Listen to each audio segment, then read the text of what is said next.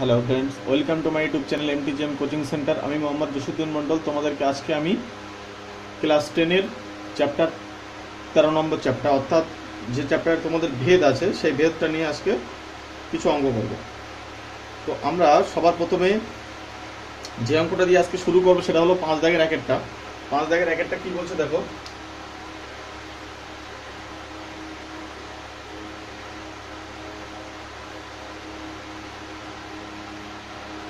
বলছে x proportional to y হলে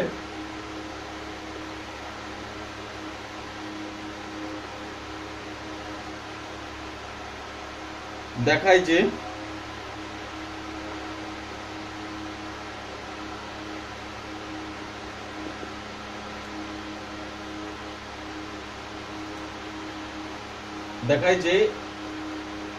x plus y proportional to x minus y। তাহলে আমাদেরকে যেটা দিয়েছে সেটা হচ্ছে x প্রপোর্শনাল টু y হলে দেখায় যে x plus y proportional to x minus y। আমরা যেটা দেওয়া রয়েছে সেটা বুঝবো যে এটা আমাদেরকে দিয়ে দিয়েছে যে x প্রপোর্শনাল টু y বা x সমানুপাতি y। তাহলে আমাদের যেতে হবে এখানে। আমরা কিভাবে যাব দেখো। সবার প্রথমে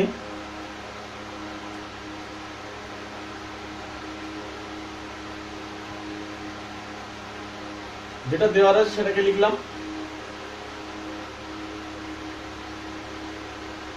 এটাকে আমরা পরের লাইনে বাদিয়ে এই সমানুপাতিটাকে তুলে দিতে পারি। প্রপোর্শনালটাকে তুলে দিলে তাহলে x ইকুয়ালস টু একটা কনস্ট্যান্ট দিয়ে গুণ করতে হবে, যেখানে এই k নট ইকুয়ালস টু 0 ভেদ ধ্রুবক।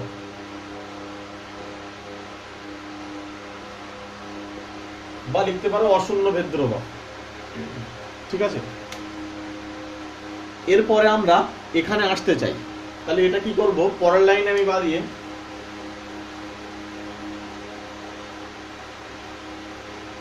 এই ওয়াইটাকে এক্স এর নিচে লিখে দিলাম। লেখার পরে এবার আমরা কি করব, এটাকে যোগ ভাগ প্রক্রিয়া করব। সাপোজ কে এর নিচে কিছু নেই মানে 1 আছে, কে এর নিচে কিছু নেই মানে 1 আছে, তাহলে আমরা এবারে যোগ ভাগ অ্যাপ্লাই করব। তাহলে পরের লাইনে x plus y divided by x minus y। বন্ধুরা, তোমরা যোগ ভাগের নিয়ম জানো যে উপরে যে থাকে আর নিচে যে থাকে, ধরো উপরে x নিচে y, তাহলে উপরে একবার এদের সঙ্গে যোগ হবে আর নিচে গিয়ে একবার বিয়োগ হবে। তবে এই প্রত্যেকটা কাজ হবে x এর সঙ্গেই। x এর সঙ্গে একবার y যোগ হবে, আবার নিচে এসে x এর থেকে y বিয়োগ হবে, যেন আবার y থেকে x বিয়োগ করে দিও না। তাহলে k plus 1 divided by k minus 1। যোগ ভাগ প্রক্রিয়া দুদিকেই করলাম। করার পরে দেখো এখানে যেটা এসছে যে k plus 1 divided by k minus 1। আমরা k ধরেছিলাম ভেদ ধ্রুবক, মানে k একটা কোনো নাম্বার বা কোনো সংখ্যা ধরো। তাহলে কি হবে, এখানে কোথাও চলও নেই, অর্থাৎ xy নেই। যেহেতু xy নেই, তাহলে আমরা এটাকেও একটা নতুন ধ্রুবক ভাবে ভাবতে পারি। সেইটার নাম দিচ্ছে সাপোজ k ড্যাশ। যে আমি এটাকে ধরলাম k ড্যাশ, পাশে লিখে দাও। ধরি k dash equals to k plus 1 by k minus 1। যেহেতু k যদি একটি ভেদ ধ্রুবক হয় বা k যদি একটি ধ্রুবক হয়, তাহলে তার সঙ্গে একবার 1 যোগ করলে আর একবার 1 বিয়োগ করে তাদেরকে ভাগ করলেও সেটাও ধ্রুবক হবে।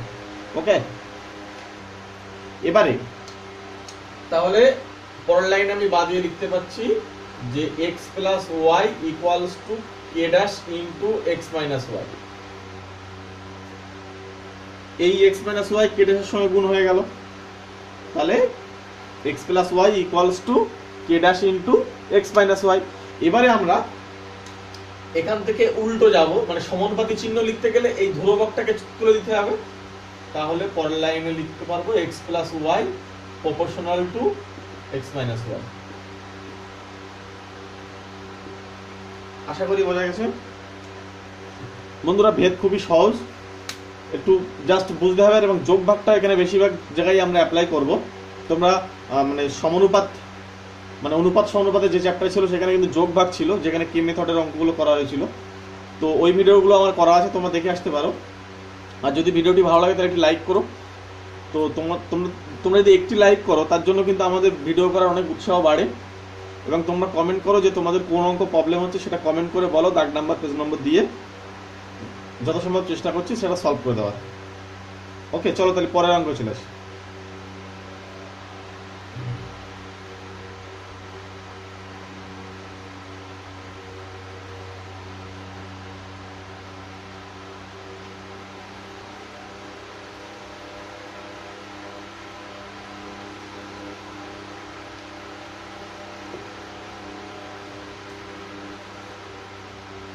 আচ্ছা, আমরা পরের অঙ্কটা দেখি। 5 দাগের দুয়েরটা ভালো অঙ্ক। বলছে a প্রপোর্শনাল টু 1/c এবং a প্রপোর্শনাল টু 1/b। হ্যাঁ, বলে দেখায় যে a প্রপোর্শনাল টু, এটা যদি হয় তাহলে দেখাতে বলছে a প্রপোর্শনাল টু b। আমাকে এটা প্রমাণ করতে হবে। আর দিয়ে দিয়েছে কি, এটা একটা দিয়েছে, এটা একটা দিয়েছে। তো আমরা এই দুজনকেই থেকেই এটা আনার চেষ্টা করব, ঠিক আছে? তাহলে সবার প্রথমে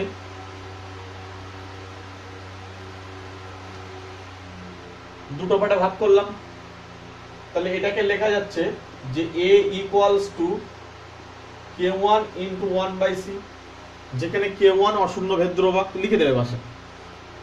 তারপরটাকে এটাকে লেখা যাচ্ছে a equals to k2 into 1/b, যেখানে k2 অশূন্য ভেদ ধ্রুবক। এবারে আমি দেখো এখান থেকে a একটা পেলাম আর এখানে a একটা পেলাম, মানে দুদিকেই a এর মান আছে। তাহলে আমরা কি করতে পারবো, এখানে এই এর জায়গায় বা এই এখান থেকে এটা বসিয়ে দেবো। সরি, এটা ভুল হয়ে গেল, তো এটা সি রয়েছে, এটা সি আছে বন্ধুরা। হ্যাঁ, এটা সি আসে, সি প্রপোর্শনাল টু 1/b। তাহলে সি ইকুয়ালস টু এটা, এখান থেকে আমরা একটা কাজ করি, সি ইকুয়ালস টু k2/b। তাহলে এই সির মানটা আমরা এখানে বসিয়ে দেবো সি এর জায়গায়। তাহলে পরের লাইনে বাদ দিয়ে a equals to k1 into 1/c এর মান কোনটা, এটা, এই মানটা এখানে সি এর জায়গায় পুট করছি। তাহলে k2/b। পরের লাইনে a equals to k1 into bটাকে উপরে চলে যাই আর নিচেই k2। এবার দেখো বন্ধুরা, k1 k2 কিন্তু আমি ধরেছিলাম ধ্রুবক, আগেই ধরেছিলাম ভেদ ধ্রুবক। তাহলে আমরা এটাকে লিখতে পাচ্ছি যে k1/k2 first bracket into b। তাহলে a ইকুয়ালস টু আমার আসলো k1/k2 ইন্টু b। আচ্ছা, এই k1/k2 এটাকে আমি এরকম লিখতে পারি, a equals to k dash into b, যেখানে k1 k2 যদি ধ্রুবক হয় তাহলে এইটা ইকুয়ালস টু k ড্যাশ বললাম, k ড্যাশটাও ধ্রুবক, যেখানে আমি ধরে নিচ্ছি যে k ড্যাশটা হলো k1/k2। তাহলে এবার আমরা পরের লাইনে সমানুপাতিক চিহ্ন বসাতে গেলে তাহলে k ড্যাশটা তুলে দিতে হবে। তাহলে পরের লাইনে a প্রপোর্শনাল টু b।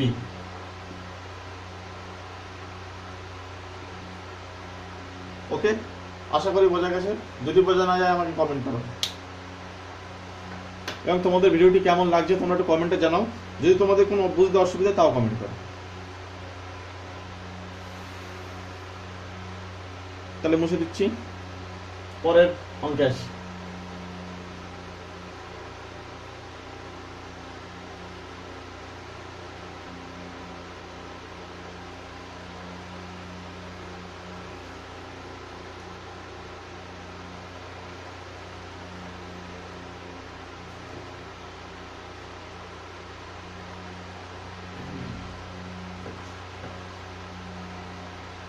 পরেরটা 5 দাগের 3-এরটা।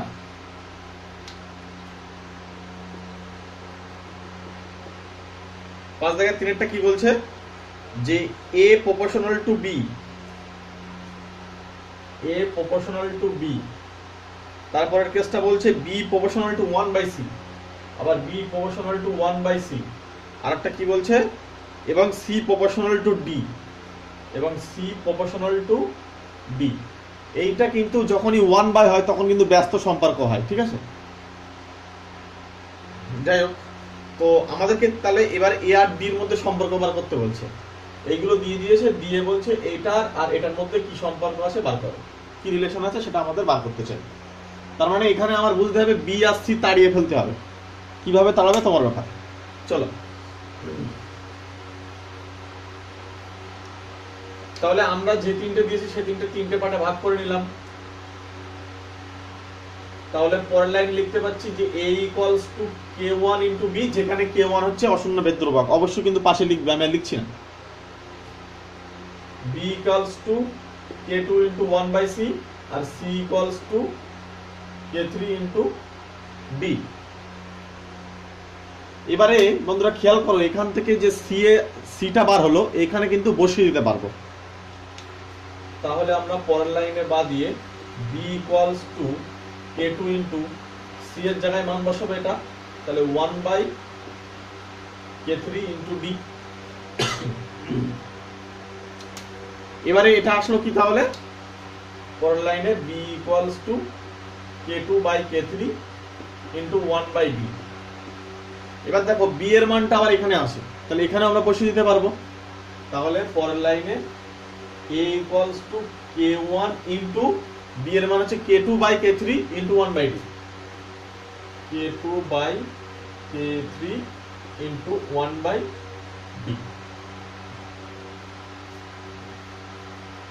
এবারে খেয়াল করো, এই যে k1 k2 k3 এরা সবাই ধ্রুবক, তাহলে এদের এই পুরো জিনিসটা ধ্রুবক, এখানে যেটা আছে এই পুরোটা ধ্রুবক, ওটাকে আমরা ধরে নিলাম যে k ড্যাশ ইনটু 1/d। পরের লাইনে আমরা k ড্যাশটাকে অশূন্য ভেদ ধ্রুবক হিসেবে বলে তুলে দিতে পারবো। তাহলে a equals a proportional to 1/d। আমাদের বার করতে বলেছিল a আর d এর মধ্যে সম্পর্কটা কি। a আর d এর মধ্যে সম্পর্ক হচ্ছে ব্যস্ত সম্পর্ক, বা a প্রপোর্শনাল টু 1/d।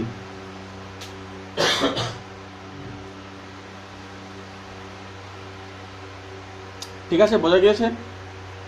চলো পরের অঙ্কে আসি।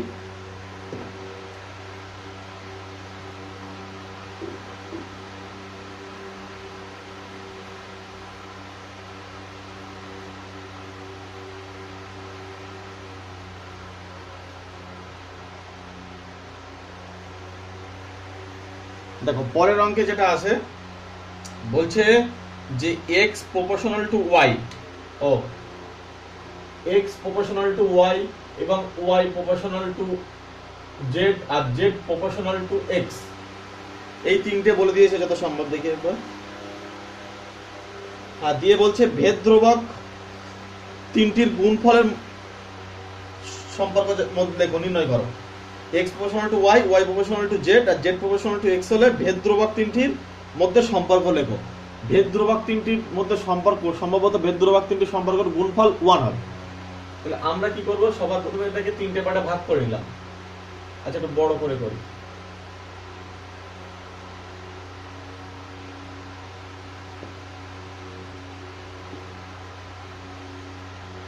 তাহলে সবার প্রথমে এটাকে আমি ধ্রুবক দিয়ে গুণ করে সমানুপাতি তুলবো। তাহলে পরের লাইনে বা দিয়ে লিখতে পাচ্ছি যে x equals to k1 into y, যেখানে x এই k1 হলো অশূন্য ভেদ ধ্রুবক। তারপরটাকে এটাকে আমরা বা দিয়ে লিখতে পারবো y equals to k2 into z, আর তারপরটা লিখতে পারবো z equals to k3 into x।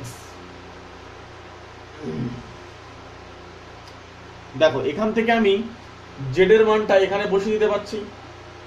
তাহলে y equals to k2 into z এর মান হচ্ছে k3 ইনটু x, আবার y এর মান যেটা পাচ্ছি এখানে বসিয়ে দিতে পারবো। তাহলে x equals to k1 into k2 into k3x। এবারে আমরা পরের লাইনে এই x ক্যান্সেল করব, কিন্তু পাশে x নট ইকুয়ালস টু 0 বলে দেবে।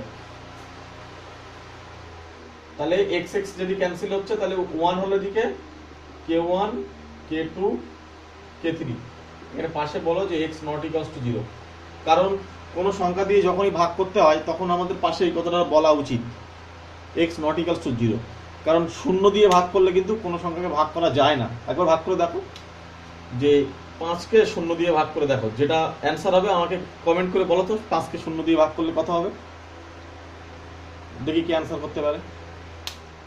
5কে 0 দিয়ে ভাগ করলে কত হবে অ্যান্সারটা আমাকে কমেন্ট করে বলো, ঠিক আছে? তাহলে পরের লাইনে আমরা এটাকে বাজিয়ে লিখতে পারবো যে k1 k2 k3 = 1। তাহলে ভেদ ধ্রুবক তিনটির গুণফলের মধ্যে যে সম্পর্ক, মানে যে সম্পর্কটা আমাকে বার করতে পেরেছিল সেটা হচ্ছে ভেদ ধ্রুবক তিনটির গুণফল = 1 হবে, এটা অ্যান্সার হবে। ওকে, চলো নেক্সট। আচ্ছা বন্ধুরা, আজকের এই 5 দাগের এই ভিডিওতে এই কটা অঙ্কই করলাম। তো তোমাদের যদি কারোর বুঝতে অসুবিধা হয় তাহলে আমাকে কমেন্ট করো। আর তোমাদের আমি যে অঙ্কটা করতে দিয়েছি যে 5কে 0 দিয়ে ভাগ করলে কত হবে, এটা আমাকে কমেন্ট করে বলবে। আমি আবারও বলছি 5কে কিন্তু 0 দিয়ে ভাগ করতে হবে, করে কত হবে সেটা তোমরা বলবে কমেন্ট করে, ঠিক আছে?